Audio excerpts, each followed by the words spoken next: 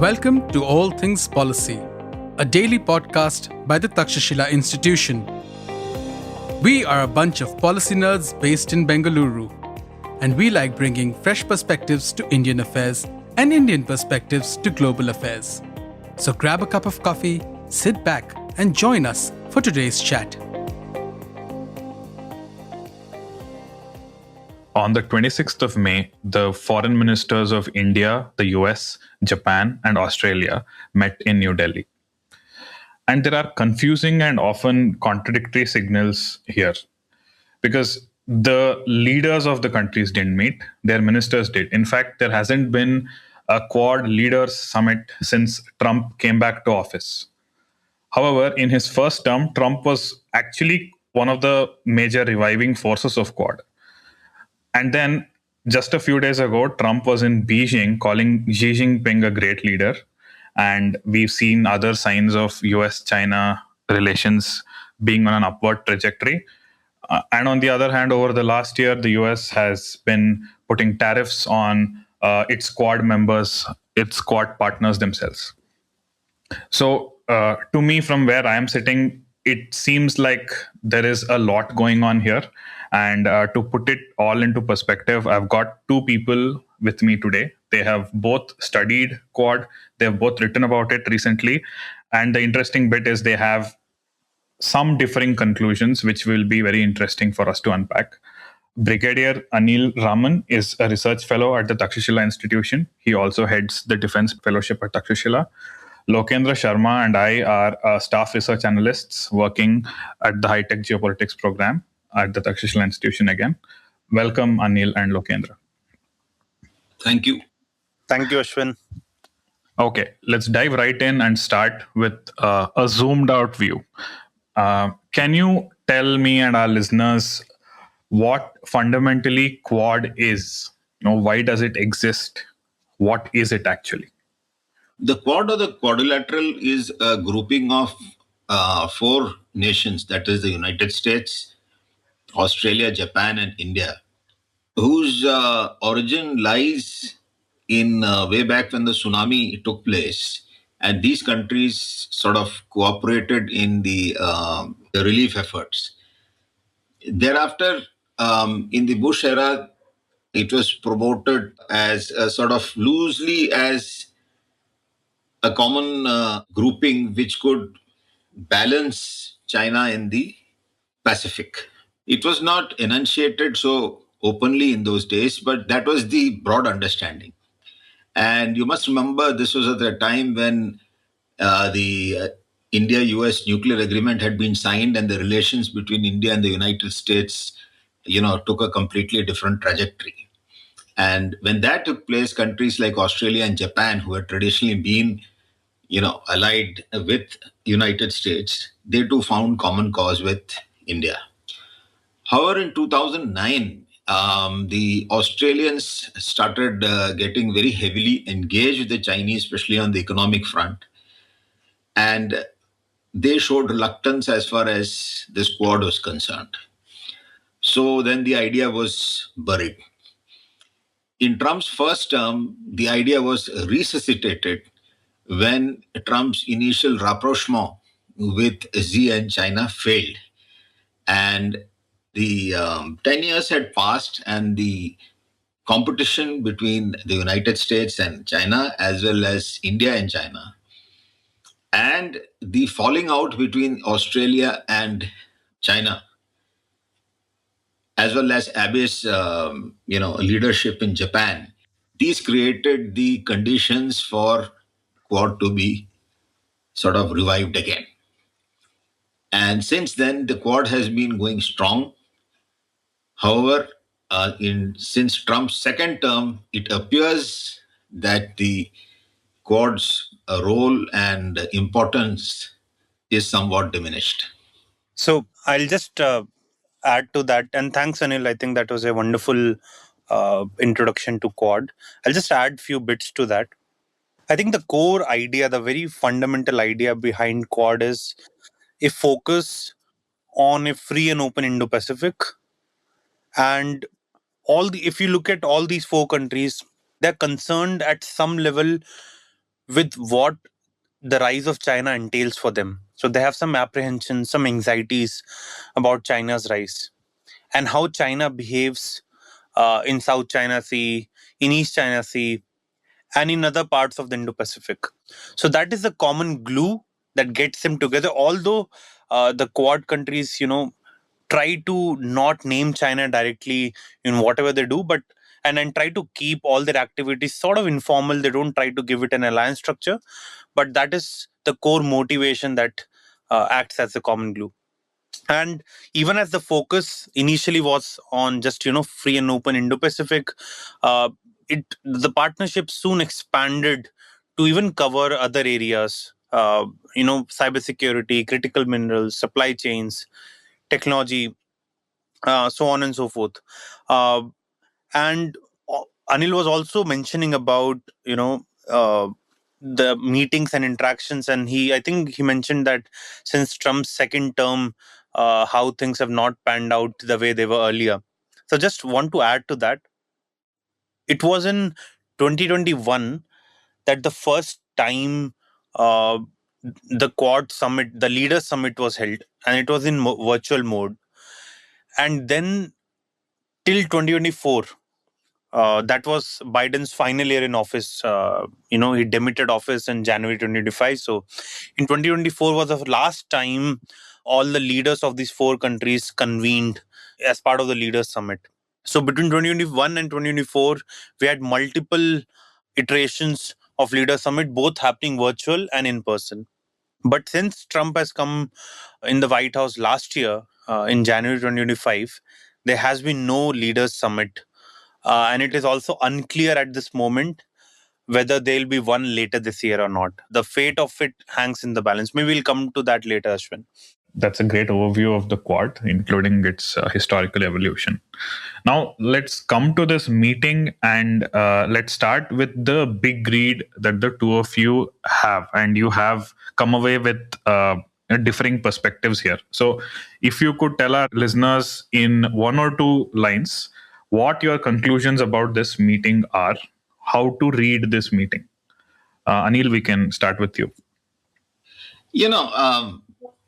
Before we get into that, if you'll permit me, I'd just like to trace out, the trajectory of the Quad meetings and, various issues, because that will give us a sense of perspective as far as this particular meeting is concerned.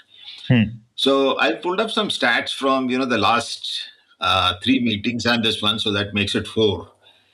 And that is the 2023 Quad Ministerial Meeting in New Delhi, the 2024 Quad Leaders Summit in Delaware. This is very important under Biden. The 2025 Quad Ministerials in Washington and Tokyo, and of course, the meeting this time. So if you compare there are large number of parameters which I worked out, but I'll just talk about the key ones. The political atmosphere in 2023 was about coalition building. And in 2024, when President Biden was there, it was peak political visibility. But when we got to 2025, it became transactional and uncertain. And this time, of course, the symbolism was quite low because from a leaders summit, it got converted into a foreign ministers summit. This also matches, the political sort of drivers. In 2023, it was free and open Indo-Pacific. In 2024, it became Biden's Indo-Pacific legacy consolidation. And in 2025, it became a continuity under the Trump transition. And this, time, it is about demonstrating the Quad relevance amongst sort of uncertainty.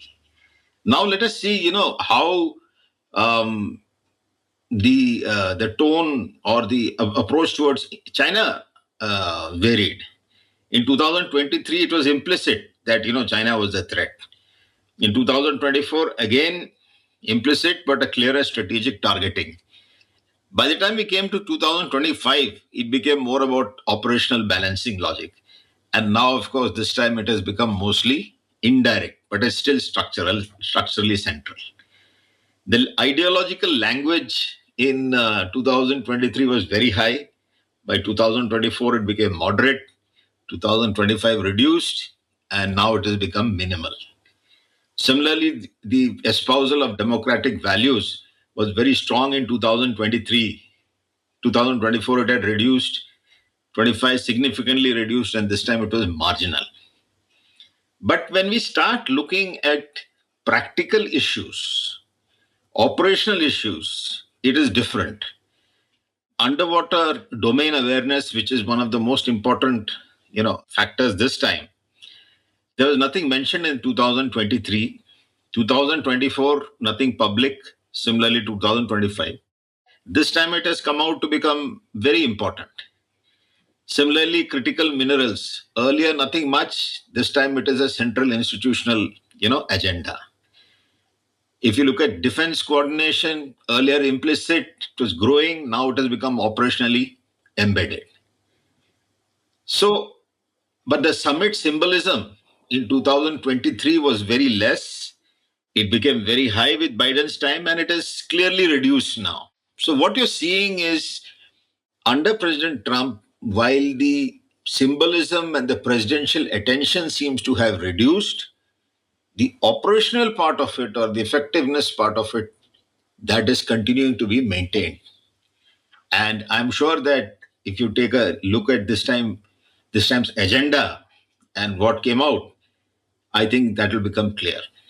Perhaps Lokendra could take it on. Yeah, thanks, Anil. I think I have a slightly differing view here. Even as I understand, your point about separating the summit level optics from processes that are being led on all sides by the respective bureaucracies and the institutions, which are more lasting in a way.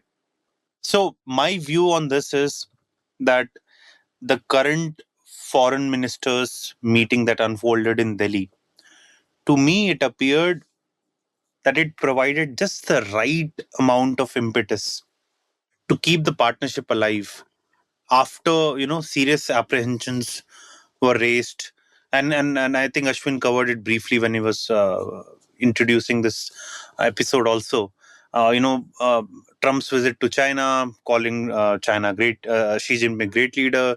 Then you also had US targeting uh, India, Australia, Japan, and all US allies and partners across the world through trade and tariffs, so on and so forth. The multiple things have happened that way.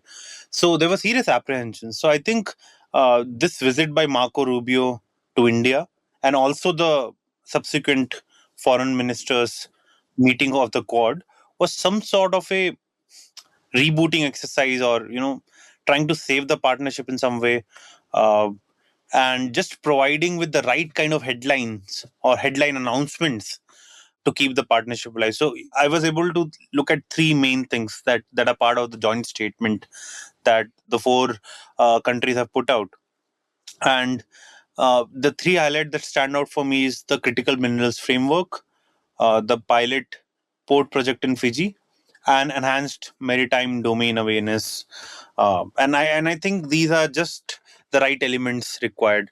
But would this be sufficient for Quad to thrive? That is where I draw the line and say it would need more. The partnership would only thrive when there is political alignment at the highest level, and there's a course correction by the Trump White House. Because uh, Anil, even as we may try to distinguish between the leaders level and the institutional level, but still, in all of these countries, leaders are powerful, right? These are democratically elected leaders who have a lot of constitutional powers, who have a lot of impact on how their respective foreign policy institutions behave, act. What do they prioritize? What do they deprioritize? For instance, the war in West Asia right now, or the earlier military operation in Venezuela, these were driven by White House, and they did impact the prioritization of American foreign policy for the first quarter, or not just the first quarter, but it seems like the entire 2026, right? So that's my overarching argument, Ashwin. Maybe we can discuss it in more detail subsequently. Back to you. Okay, very fascinating stuff. So the thing that I am noticing here is that neither of you are saying that Quad is in decline or is that it is fading away, but you have differing takes on uh, how it is continuing to operate. So Anil, if you think that it is just going quiet and it has shifted from a vocal expressive mode to a more operational mode, does that mean that you think that the real outcomes are being shaped elsewhere, that's not really visible, because the cameras are not pointed that way, but the work is still continuing to happen? And if that is so, do you think it's a positive direction for Quad? Can you just unpack that for us? See, what's basically happening is that, the Quad, as with so many other systemic arrangements, they're getting buffeted by the winds of, President Trump's foreign policy style, right? So he's a person who, his style and, the consequent effect on US foreign policy. So one thing, as far as President Trump is concerned, is I was told this a couple of months ago in Washington, was that he is the most pro-China man in Washington D.C. So you have, the president of the United States, which is the linchpin of the Quad. He personally is not fully committed to, you can say, strategically challenging China in the Indo-Pacific. That's his position. So when the man on top himself is not fully committed, naturally it will take away some of the momentum. So what you're seeing is a double policy approach by the United States. Not, I don't think it is conscious, but that's the way it's emerging. So you have the presidential sort of movement in which he's not too keen to, confront China. He wants to have a business arrangement. He wants economic ties. He wants to profit from that. But you have the US security and strategic policy establishment, which is very, very strong.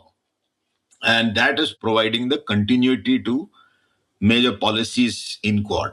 That's one part. The second is, in the recent Z China meeting, you had the bilateral relationship now, the nature of that being changed and it being termed by the Chinese as a stable equilibrium between two great powers. So there is a certain, a change in the paradigm which has taken place, which of course will have an influence on Quad because it was primarily a grouping to challenge Chinese dominance in various ways. The third aspect is that one of the doctrinal pillars of the US national security strategy is burden sharing in alliances and partnership. So they feel that, the US has supported the countries, its allies and partners for too long, and now they need to do things themselves. So when you put all these three factors together on, how the Quad is going to function and how it's going to work, naturally it is in the best conditions for the Quad to flourish. So that has had an impact on this time's Quad meeting. But what I would like to point out is on key functional issues, such as maritime security, critical minerals, supply chains, then energy security, technology and AI. Then you have the Fiji port initiative, maritime surveillance. On all of that, there is a lot of agreement, and the countries have agreed to work ahead. So while we may not have that kind of presidential, visibility or that leadership visibility which started in the last couple of meetings, I think that it's certainly not a gloom story. We should not get carried away by the optics of it. The systemic conditions have been changed by President Trump's foreign policies. So within that paradigm, I think they've got quite good results. And I'm pretty sure that, this is just a temporary bump in the road. Having said that, we still have about 2.5 years of the Trump presidency left. And if something were to happen in this period, certainly it would be worrisome. Ashwin, I'll just like to add something here on the announcements that have been made, and I think Anil has also pointed out some of these functional areas of cooperation that continue. I'd like to just say that apart from the Fiji port one that Anil also just mentioned, I couldn't see anything being very significant or a departure from the past in a way.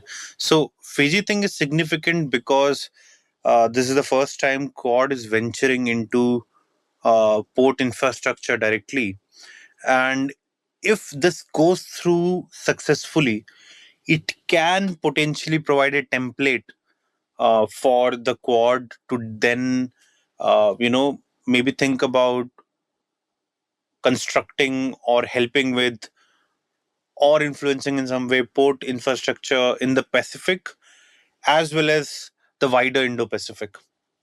So, and this can, really emerge as an alternative to the Belt and Road Initiative that China has. So that's a significant bit. But how much action would follow this Fiji announcement is something I'm not very sure at the moment. It will depend on, in my view, uh, how is White House reprioritizing the Indo-Pacific going forward. I mean, if they continue to embroiled in uh, distant and near wars, I'm not fully sure. And because I think that the White House right now has an outsized influence in a way on American foreign policy, even as the State Department and other bureaucratic architectures would try to maintain some semblance of continuity. And if you look at the other announcement, if you look at the critical minerals framework that they've announced, this is not new in a way because last year they announced, Quad announced some a critical minerals initiative. So it's appearing with a new name. I'm not sure what substantially would differ with this framework at this point. I think as more details come in, we'll have more clarity on that front. Similarly, if you look at the maritime domain awareness bit, which was emphasized a lot in the Quad statement, um, one thing is sure, maritime domain awareness cooperation has been a key pillar of Quad cooperation for the last many years now. So it has just been enhanced right now, and they've added um, this new component of Indo-Pacific Maritime Surveillance Cooperation Initiative. So, given what all has been announced, I felt that apart from the Fiji thing, which was a bit significant, uh, they've just renamed things or enhanced things, not really, gone full throttle on fully revitalizing this thing. So that is why I came to the understanding that this whole this whole foreign ministers meeting was packaged in a way that it it can help sustain the narrative that Quad is still alive and kicking, that it's not dead, it's not gone anywhere, it's not declining, it's still very much there. The port thing could give them great headlines, could maybe give hope to a lot of analysts and commentators, that Quad is finally doing something on the port front. But if you read between the lines, if you really compare what they've announced with previous years' statements, it then appears that a lot of it is just continuity, repackaging, enhancing, and things like that. So that is one reason I arrived at the conclusion I did. So I'd just like to add something here. If you're reading between the lines, then you would have also realized that in terms of maritime domain awareness, the two aspects which they have mentioned, they are operationally extremely significant because one is underwater domain awareness, which was not there, which was not early, mentioned in so much of detail earlier. And that is extremely important because both all the four countries and India are very worried about the operations of the Chinese submarines in the Indian Ocean and of course in the Pacific. And submarine operations, by their very nature, are extremely secretive. So if we have reached an understanding to share maritime underwater domain awareness, that actually represents a very significant sort of step in cooperation. And similarly, When we're talking about maritime surveillance, what it means is it would involve the integration and sharing of satellite and aircraft data, which again is something which is not, easy to come by.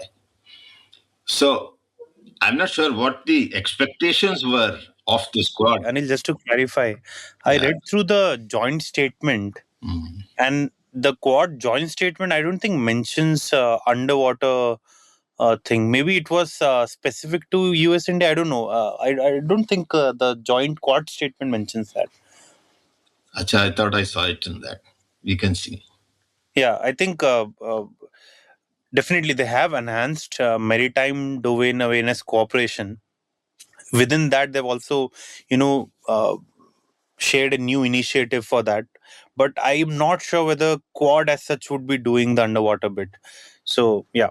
Just to highlight, the Japan and Australia already have independent agreements with the US, and India also, I think, has with Australia. So now, if we have done it with the US, then it is more or less, the what and our we are most concerned with Australia and the US as far as the Indian Ocean is concerned, underwater domain awareness is concerned. Hmm. So I think that's the key factor which would be achieved. And as far as surveillance is concerned, we are already, I think, operating our maritime surveillance aircraft with Australia, US, and Japan together. They keep having exercises. So this must be meaning more. Perhaps they have satellites also. I mean, that will be in the details. But I think it's pretty significant. I'm not sure what was expected. So you can always say that, we expected a lot and nothing much has come out of it. But I would say that even if there is continuity in this age of Trump, that itself is an achievement. I Yeah. think on that, Anil, I agree with you that because definitely in the age of Trump, this was something remarkable. I think Marco Rubio even making the effort and coming to India, doing multiple stops across multiple cities, and taking questions head on about the different troubling aspects of India-US relationship. It felt to me that US State Department still thinks very highly or prioritizes the India relationship, and this was sort of a damage control trip undertaken or powered by the State Department. Yeah. So that's the perfect segue to discuss India, and I've been waiting to bring in India into the conversation. So, considering all the variables here, what do you both think about where this leaves India? So, does it mean that India has a bigger seat at the table, or do you think our leverage has increased? Has it decreased, or are we also are we also carrying a heavier load as far as Quad is concerned? And there are many like prisms to look at this through. There is hints of some trust deficit with Washington now, and that we are just coming from a era of tariffs. There is greater outreach to Pakistan from Washington's side. What do you both think about the Can I India pitch angle? on this first, Ashwin? Yes, go for it.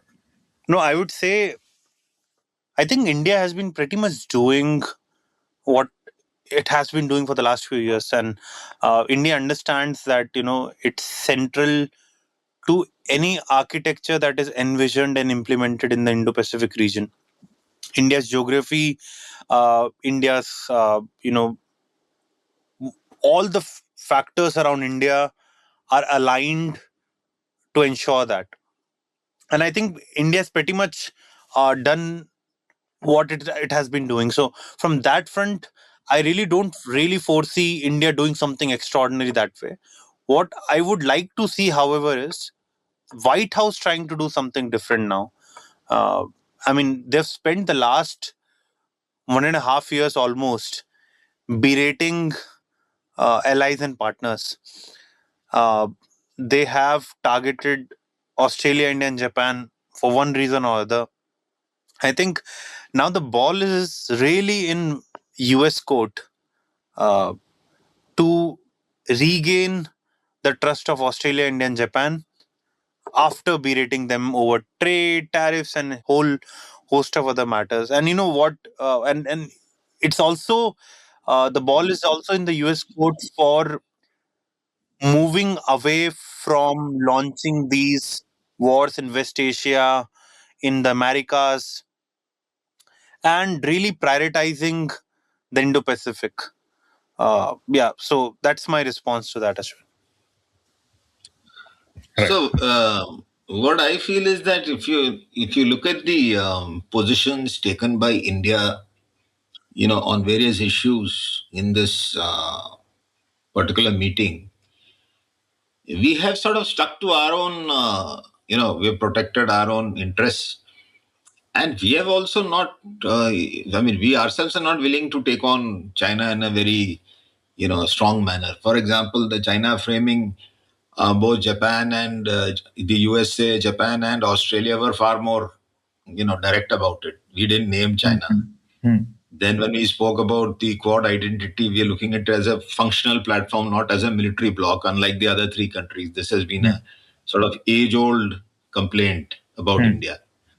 Then when we speak about de-risking, USA, Japan were quite firm about it. But, we have again been very cautious about it.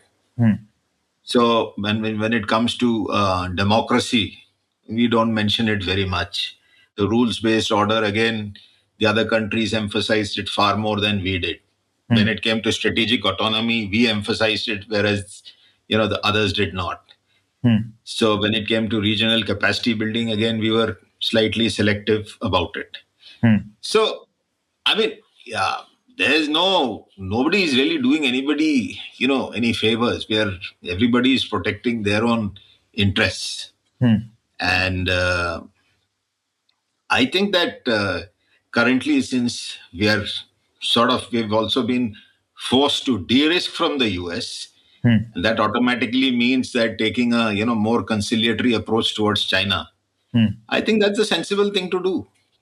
With the current, with President Trump there, the way he's going currently, you cannot expect any major sort of change to take place, right? There is going to be bureaucratic continuity, but leadership volatility. That's how, the relationship is going to be characterized.